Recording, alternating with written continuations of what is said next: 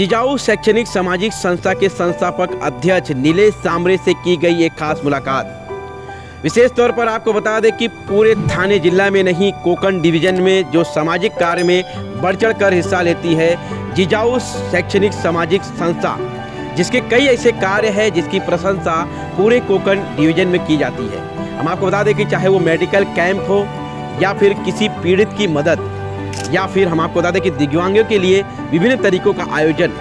हम आपको बता दें कि इन सारी बातों को लेकर हमारे चैनल की टीम ने विशेष तौर पर नीलेश सांबरे से मुलाकात की और उनके कार्य की जो है पूरी जानकारी हासिल करने की कोशिश की गई कि आज वो जो सामाजिक कार्य में बढ़ चढ़ कर हिस्सा लेते हैं, इसके पीछे उनका क्या रणनीति है या फिर वो सामाजिक कार्य क्यों करते हैं। लेकिन साथ ही साथ हम आपको बता दें कि आप देख सकते हैं कि नीलेश सांबरे के माध्यम से यूपीएससी, एमपीएससी और साथ ही साथ सीबीएसई के जो विद्यार्थी हैं उनके लिए बाकायदा वहाँ पर शिक्षा का मंदिर जो कहलाता है, कॉलेज और स्कूल की व्यवस्था की गई है, जहाँ पर लाइब्रेरी भी आप देख सकते हैं कि जो विद्यार्थी हैं उनके लिए बाकायदा कितनी खूबसूरती से इस लाइब्रेरी को बनाया गया है।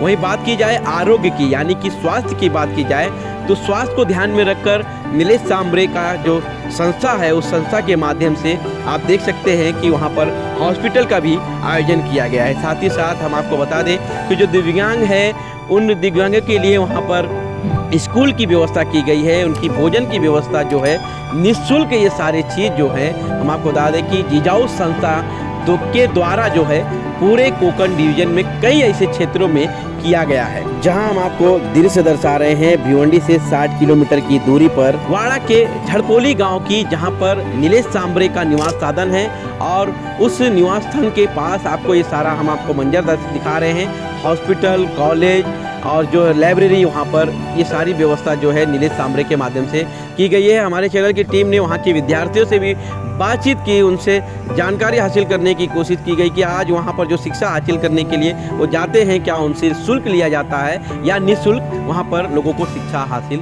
होती है।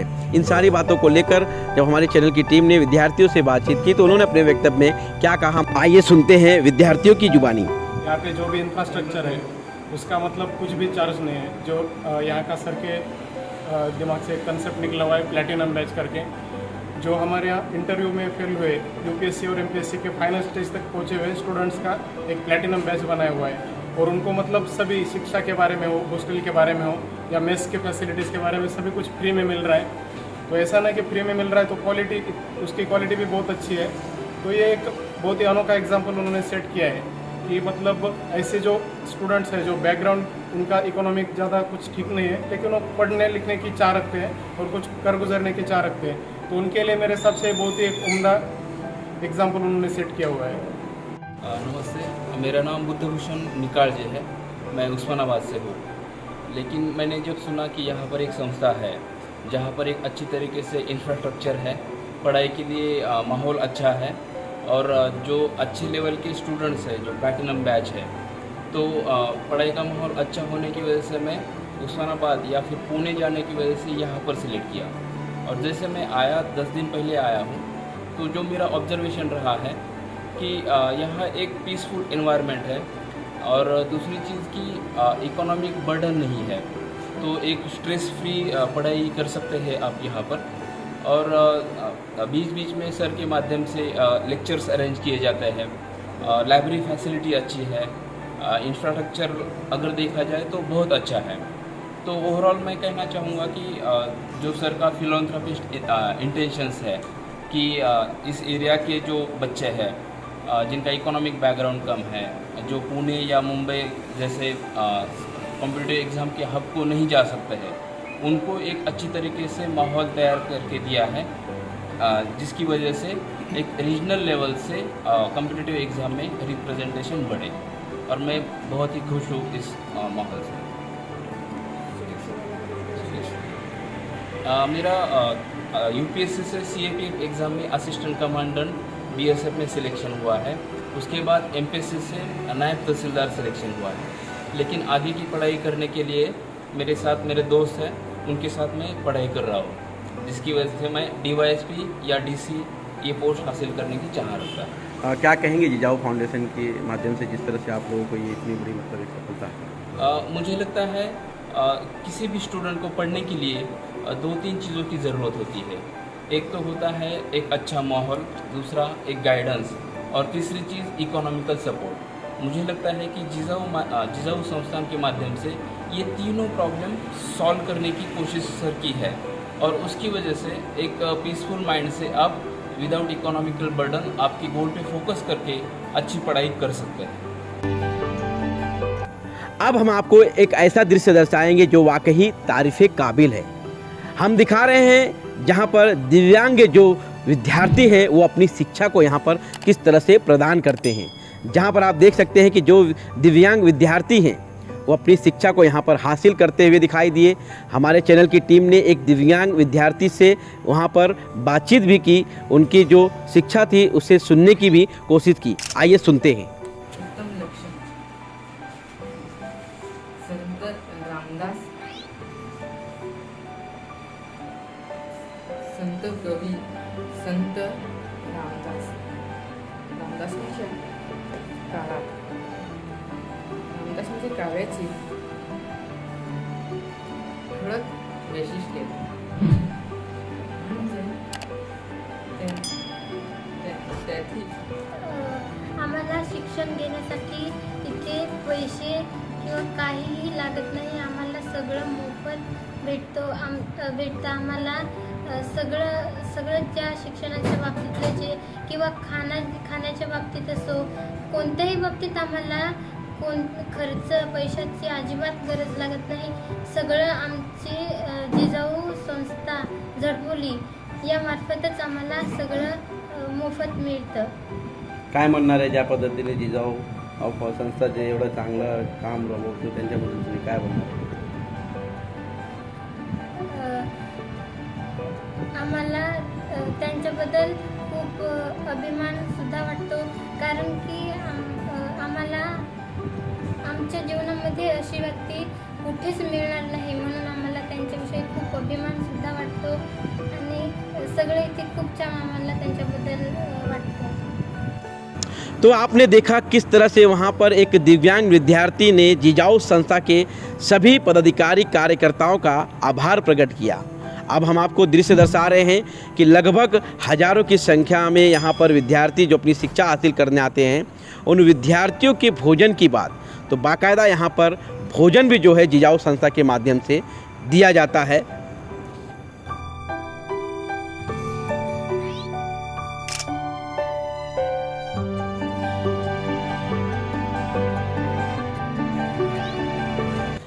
जहां हम हॉस्पिटल का आपको दृश्य दर्शा रहे हैं, आप देख सकते हैं कि भगवान सांभरे ये जो हॉस्पिटल है, रुग्णालय है, इस रुग्णालय में विशेष तौर पर आपको बता दें कि रोज़ाना आँखों के लगभग 150 से भी अधिक मरीजों का जो है ऑपरेशन निःशुल्क किया जाता है। और आप देख सकते हैं कि इस अस्पताल में जो है कई ऐसे बड़े मशीनें रखी गई है, जिसमें नवजात शिशुओं का भी जो है बाकायदा वहाँ पर वेंटिलेटर मशीन रखी गई है, ऑक्सीजन मशीन है बाकायदा उनकर। आप देख सकते हैं कि वहाँ पर ICU की पूरी व्यवस्था की गई है।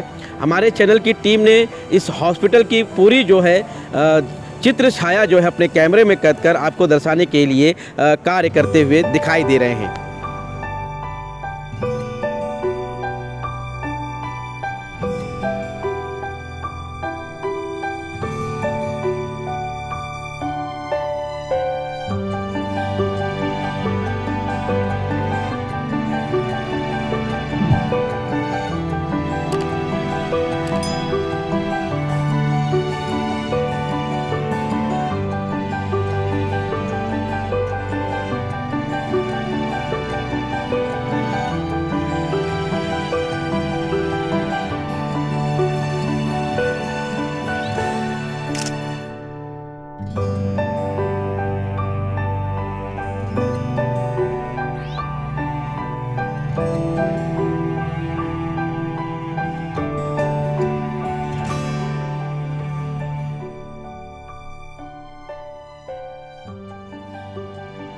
तो आपने देखा ये था हॉस्पिटल। अब हम आपको दृश्य दर्शाएंगे शिक्षा के मंदिर का, जहां पर सीबीएसई के जो विद्यार्थी सैकड़ों की संख्या में आकर अपनी शिक्षा को यहां पर डिजिटल के माध्यम से उसका जो है लाभ लेते हैं। इस शिक्षा के मंदिर का नाम की हम बात की तो इसका नाम जो है भावना देवी भगवान सांबरे है, जहां पर आप देख सकते हैं कि कितनी लगभग कई एकड़ की ज़मीन में इस स्कूल, इस कॉलेज को तैयार किया गया, इसका निर्माण किया गया है, जहां पर आप देख सकते हैं कि डिजिटल जो है यहाँ पर बोर्ड लगाए गए हैं और इस बोर्ड के माध्यम से विद्यार्थी अपनी शिक्षा को हासिल करते हैं। तो आपने देखा कि किस तरह से जिजाऊ शैक्षणिक सामाजिक संस्था लोगों के कार्य के लिए हमेशा बढ़ चढ़ कर हिस्सा लेती है, जिसमें हमने आपको दर्शाया कि लाइब्रेरी, हॉस्पिटल, साथ ही साथ जो वहाँ पर कॉलेज का निर्माण और दिव्यांग लोगों के लिए जो विद्यार्थियों के लिए वहाँ पर व्यवस्था की गई है उसका बाकायदा हमने दृश्य दर्शाया और विद्यार्थियों ने भी प्रशंसा की जिजाऊ संस्था का। अब हम आपको दृश्य दर्शाने के लिए चलते हैं और विशेष तौर पर हमारे चैनल की टीम ने जिजाऊ शैक्षणिक सामाजिक संस्था के जो संस्थापक अध्यक्ष हैं नीलेश सांबरे, उनसे मुलाकात की और मुलाकात के दरमियान उनसे बातचीत की गई कि आखिरकार वो जो सामाजिक कार्य करते हैं उसके पीछे उनका उद्देश्य क्या है, किन कारणों से ये सामाजिक कार्य करते हैं। तो उन्होंने कई ऐसे बातें रखी जिसको सुनने के बाद आप खुद भावुक हो जाएंगे। हम आपको बता दें कि नीलेश सांबरे से हमारे चैनल की टीम ने यह भी बात की कि आगामी चुनाव नज़दीक है और जिजाऊ संस्था क्या इस चुनावी मैदान में अपने प्रतिनिधियों को उतारेगी या फिर चुनावी रणनीति की तैयारी में तो नहीं जुटी जिजाऊ संस्था। तो इस पर नीलेश सांबरे ने जवाब दिया, हमारी संस्था जो है हमारे परिवार के पेट के साथ साथ में जो मजलूम है, जो गरीब तबके के लोग हैं, वो हमारे परिवार के लोग हैं, उनकी भी मदद करना हमारा कर्तव्य है। ऐसी बातों को उन्होंने अपने वक्तव्य में कहते हुए दिखाई दिया। नीरज जी, क्या कहेंगे जिस तरह से जिजाऊ फाउंडेशन जो है जरूरतमंद लोगों के लिए हमेशा बढ़ चढ़ कर हिस्सा लेती है, उनकी मदद की, राहत कार्य के लिए, क्या उद्देश्य है आपका? मेरा खुद का ये राय है कि जो भगवान ने या अपन मेहनत से जो पैसा दो पैसा कमाए हैं, जो ज़्यादा पैसा है अपने कुटुंब का फैमिली की छोड़ के, फैमिली की जो गरजा है अन्न वस्त्र निवारा घर, वो छोड़ के जो पैसा है वो समाज का उसके ऊपर अधिकार है और वो समाज के हित के लिए अभी गवर्नमेंट कर रही है। लेकिन गवर्नमेंट जहाँ जहाँ कम पड़ रही है वहाँ पे अपने पास से पैसा वो अच्छे काम के लिए खर्चे होना मांगता है। अपने जिजाऊ फाउंडेशन जिस बच्चे को माँ बाप नहीं उसको पढ़ाते, उसको संभाल के उसको अच्छा बनाना उसका काम है। जिस माँ बाप को अपने बुजुर्गों को बेटा बेटी नहीं उसका तबीयत का ख्याल रखना अपने जिजाऊ फाउंडेशन का जिम्मेदारी। जो गरीब है, जिसके पास पैसा ही नहीं है, जिनको बच्चे नहीं, उनको संभालना अपना ड्यूटी, जिजाऊ के कार्यकर्ताओं का ड्यूटी है। उनका मेडिसिन आप देखेंगे तो आनगांव में कोई दादाजी दादी जी है, उनका भी मेडिसिन अपनी जिजाऊ कंपनी देते, संस्था दे देती है। और ये पैसा भी संस्था किसी के पास से चंदा लेके, नहीं तो क्या है, अभी आप देखेंगे दही हंडी है, वह उसमें से चंदा लेके करके दही हंडी करते, गणपति देखते हैं आप, तो ऐसा नहीं। अपने व्यवसाय से जो पैसा आता है उसके अधिकार अपने समाज के गरीब जो बंधु और भगिनी बच्चे उनका है, तो उनको अच्छी तरह से एजुकेशन देना, उनको हेल्थ की व्यवस्था करना। अभी देखेंगे तो बाढ़ आई तो तुरंत पहला जिजाऊ आना मांगता है। हॉस्पिटल के लिए एम्बुलेंस, आपके भिवंडी के लिए हमने एम्बुलेंस दिए, खाली भिवंडी के लिए नहीं, कोकण में अपना 9 एम्बुलेंस ऑलरेडी काम कर रहा है और 45 एम्बुलेंस जल्दी आ रहे हैं। खाली कोविड की वजह से थोड़ा डिले हो रहा है, कंपनी से आ नहीं रहा है।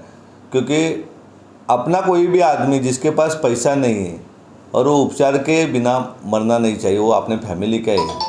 अभी मेरा तो राय है कि कोकण के 5 जिला अपने कोकण के एक फैमिली है और फैमिली का कोई भी आदमी या कोई भी सिस्टर अपनी गुजरना नहीं मांगता कि जिसके पास उपचार के लिए पैसा नहीं।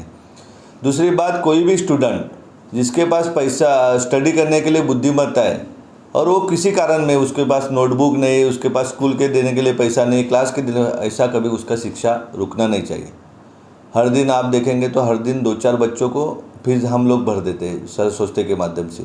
आप देखेंगे अभी आ गए, अब देखेंगे मेरा गांव 200 लोग बस्ती का है।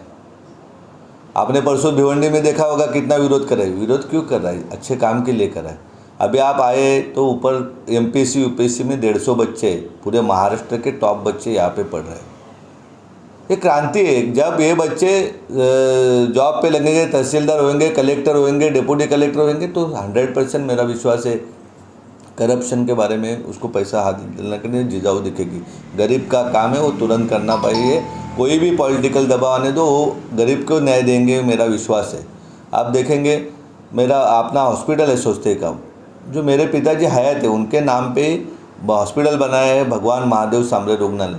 जो आपके कोई भी सिटी में व्यवस्था नहीं है वो सब व्यवस्था यहाँ पे NICU है, ICU है। ऑपरेशन हर दिन 10-15 लोगों के होते हैं अपने भाई बंधों के। इसका डायलिसिस की व्यवस्था है, एक्सरे है, सोनोग्राफी है, और जल्दी से जल्दी अभी सीजर या बड़े ऑपरेशन भी यहाँ पे होएगी, ऐसी व्यवस्था ये सारे निःशुल्क रहते हैं या इसमें कोई चार्जेस लिया जाता है? नहीं 10 रुपये खाली केस पेपर का ले लेते हैं, और वो केस पेपर का पैसा भी हम नहीं लेते। वहाँ पे साफ़ सफाई पे कर दे, सब पैसा अपनी संस्था ही डालती है। जिस तरह से देखा जाए जिजाऊ संस्था सामाजिक कार्य में बढ़ चढ़कर हिस्सा ले रही है। लोगों की मानसिकता एक ऐसी तैयार हुई है कि आगामी चुनाव को लेकर नीलेश सांबरे जो हैं चुनावी मैदान में रहेंगे, तो इसके पीछे मतलब क्या सच्चाई होगा?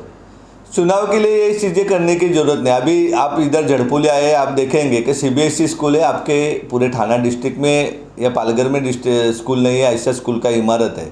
और मैं गर्व के साथ बोल रहा हूँ कि पूरे इंडिया में ऐसी स्कूल नहीं है कि जिसमें बच्चों के लिए 1 रुपये की नोटबुक के भी पैसे नहीं, सब अपनी संस्था खर्चे करती है। पेन से लेके नोटबुक से क्लासेस से लेके करती है।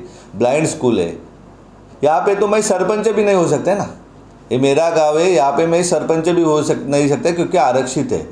ये रह के भी यहाँ पे जब इतना अच्छा इंफ्रास्ट्रक्चर किया है तो कोई निवडणुक के लिए हम नहीं किया है, हम काम नहीं करते। निवडणुक तो आते जाते, कितने लोग चुन के आए। देश स्वतंत्र हुआ 1947 में, 1950 से अपने पास इंडिया में इलेक्शन हो रहे।